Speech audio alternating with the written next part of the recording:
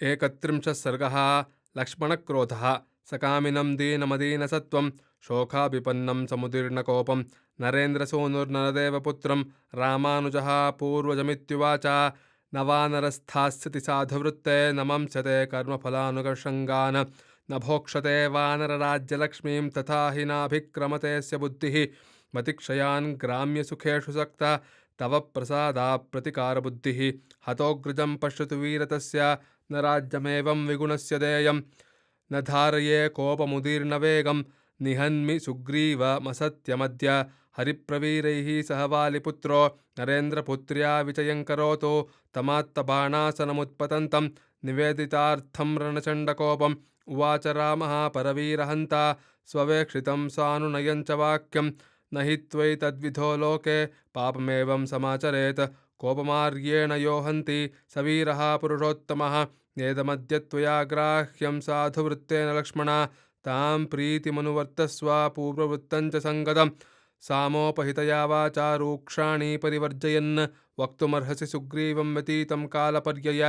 सोऽग्रजेनानुशिष्टार्थो यथावत् पुरुषर्षभः प्रविवेशपुरीं वीरो लक्ष्मणः परवीरः ततः शुभमतिः प्राज्ञो भ्रातुः प्रियहिते रतः लक्ष्मणः प्रतिसंरब्धो जगाम भवनं कपेः शक्रबाणासनप्रख्यं धनुः कालान्तकोपमं प्रगृह्य गिरिशृङ्गाभं मन्दरः सानुमानिव यथोक्तकारी वचनमुत्तरं चैव सोत्तरं बृहस्पतिसमो बुद्ध्या मत्वा रामानुजस्तदा कामक्रोधसमुत्थेन भ्रातुः कोपाग्निनावृतः प्रभञ्जन इव प्रीतः प्रययौ लक्ष्मणस्तदा सालतालाश्वकर्णांश्च तरसा पातयन् बहून् पर्यसन गिरिकूटानि द्रुमानन्यांश्च वेगितः शिलाश्च शकलीकुर्वन् पद्भ्यां गज इवाशुकः दूरमेकपदं त्यक्त्वा ययौ कार्यावशाद्धृतं तामपश्यद्बलाकीर्णां हरिराजमहापुरीं दुर्गामेक्ष्वाकुशार्दूलः किष्किन्धां गिरिसङ्कटे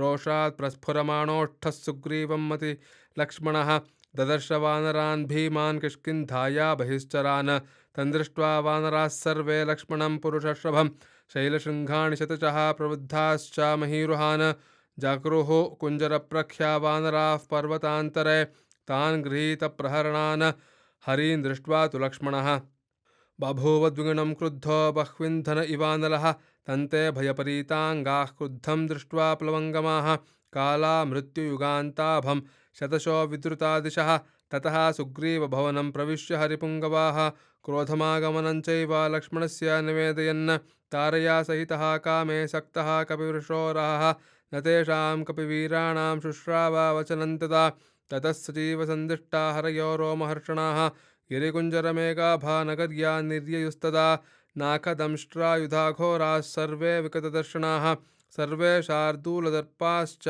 सर्वे च विगताननाः दशनागबलाः केचित् दशगुणोत्तराः केचिन्नागसहस्रस्य बभोवस्तुल्यविक्रमाः कृत्स्नां हि कपिभिर्व्याप्तां द्रुमहस्तैर्महाबलैः अपश्यल्लक्ष्मणः क्रुद्धः किष्किन्धान्तां दुरासदां ततस्ते हरयः सर्वे प्राकारपरिखान्तरात् निष्क्रमोद्योग सत्त्वास्तु तस्थुराविष्कृतं तदा सुग्रीवस्य प्रमादं च पूर्वजस्यार्थमात्मवान् बुद्ध्वा कोपवशं वीरः पुनरेव जगामसः स दीर्घोष्णमहोच्छ्वासः कोपसंरक्तलोचनः बभूव नरशार्दूलः सधूम इव पावकः बाणशल्यस्फुरज्जिह्वः सायकासनभोगवान् स्वतेजो विषसङ्घातः पञ्चास्य इव पन्नगः तं दीप्तमिव कालाग्निं नागेन्द्रमिव कोपितं समासाद्याङ्गदस्त्रासाद्विषादमगमद्भृशं सोऽङ्गदं रोषताम्राक्षः सन्दिदेशमहायशाः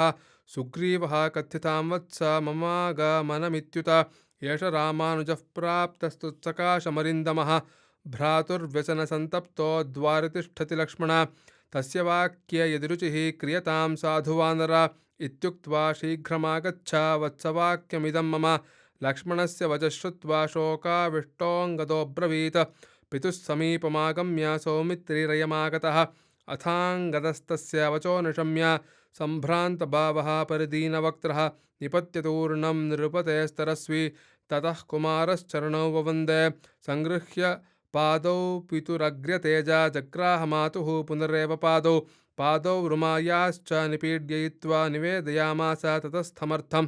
स निद्रामदसंवीतो वानरो न विबुद्धवान् बभूव मदमत्तश्च मदनेन च मोहितः। ततः किलकिलाञ्चक्रुः लक्ष्मणं प्रेक्ष्य वानराः प्रसादयन्तस्तं क्रुद्धं भयमोहितचेतसः।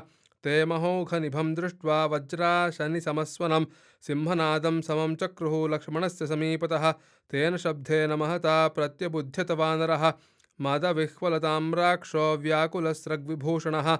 अथाङ्गदवचः श्रुत्वा तेनैव च समागतौ मन्त्रिणो वानरेन्द्रस्य सम्मतोदारदर्शिनौ।